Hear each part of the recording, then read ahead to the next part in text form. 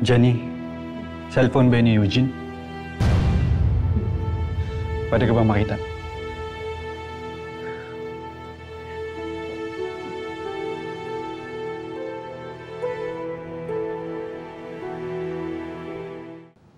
Jenny, pwede ko bang mahiram to saglit? Baka makatulong to para mahanap ko yung killer.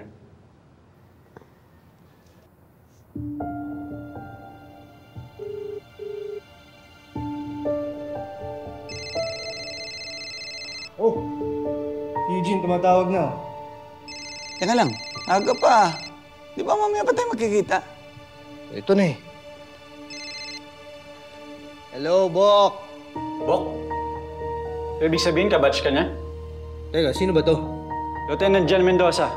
Partner to ni Eugene. Nasaan si Eugene? Wala na siya. Pinatay siya kanina umaga.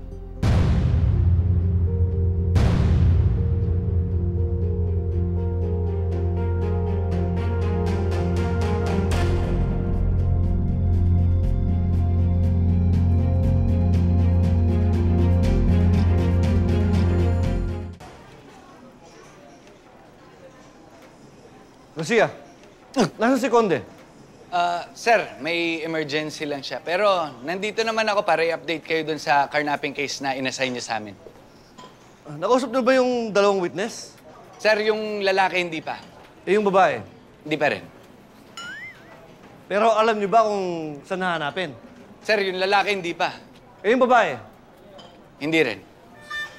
Alam mo, ang labo mo talagang kausap eh. Nasaan ba si Conde talaga? Sir, may emergency nga po siya. Nandun siya sa Tarzam. Bakit? Anong nangyari sa Tarzam? Sir, yung kabatch namin ni Conde na naka-assign doon, pinatay kanina.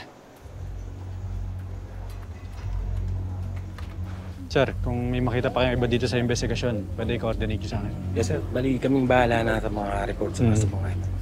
Sana mabigyan natin yung hostisya yung pagkamatay ni Aguilar. Excuse me, sir. Kaming bahala, sir.